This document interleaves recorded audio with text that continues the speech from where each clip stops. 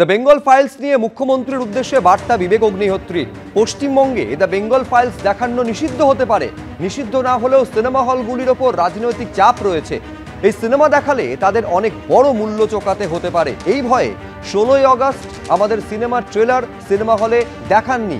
এরপর হোটেলেও আপনার police trailer দেখানো আটকে দিয়েছে। আপনার দলের কর্মীরাও এই সিনেমা নিষিদ্ধ করার দাবি জানাচ্ছেন। আপনার কাছে আর্জি, এই সিনেমা শান্তিপূর্ণভাবে পশ্চিমবঙ্গে রিলিজ হতে দিন।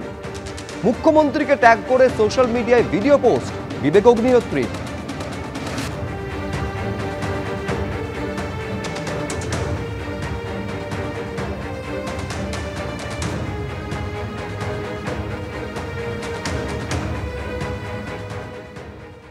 पश्चिम बंगाल की माननीय मुख्यमंत्री ममता बनर्जी जी, ये वीडियो आपके लिए है।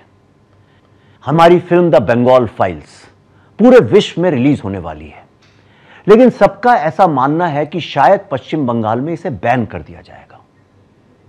मुझे थिएटर्स वाले बता रहे हैं कि अगर बैन नहीं भी हुई तो उनके ऊपर इतना पॉलिटिकल प्रेशर है कि इसे दिखाने की उनको बहुत बड़ी कीमत चुकानी पड़ेगी और इसलिए वो दिखाने से डरते हैं।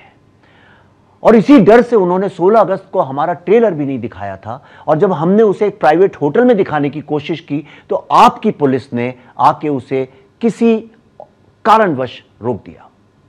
आपके पार्टी के वर्कर्स भी लगातार इस फिल्म को बैन करने की मांग कर रहे हैं और उन्होंने हम पर कई FIRs भी फाइल की हुई हैं जिनके पीछे कोई बुनियाद नहीं है। इसीलिए मैं आपसे हाथ जोड़कर निवेदन करता हूं कि आप इस फिल्म को शांतिपूर्वक बंगाल में रिलीज होने दें। দ্য বেঙ্গল ফাইলসকে পশ্চিমবঙ্গে ব্যান করা হতে পারে। সিনেমা হলগুলির ওপর প্রচুর চাপ রয়েছে। মুখ্যমন্ত্রীর কাছে রিলিজ করার আবেদন জানাচ্ছেন বিবেক অগ্নিহোত্রী।